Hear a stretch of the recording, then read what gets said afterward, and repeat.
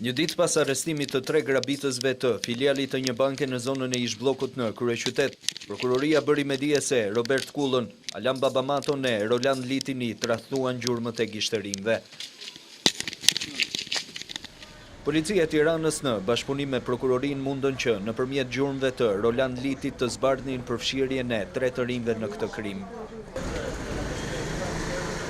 Pas arritjes së identifikimit të njërit prej të dyshuarve, policia nëpërmjet përgjimeve ambientale mësoi dhe lëvizjet e të tjerëve. Kështu pak orë pas vjedhjes së bankës, 2 prej pjesëtarëve të këtij grupi udhëtuan drejt Malit të Zi dhe u kthyen 4 ditë më pas.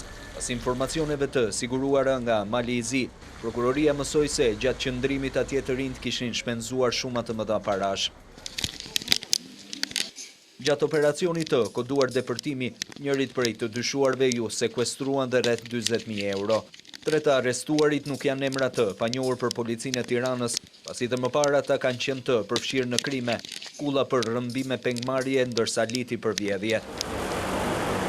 3 javë më parë nëpërmjet bodrumit të arrestuarit arritën të hapnin kasafortën e bankës dhe në 3 minuta të merrnin mbi 200.000 euro.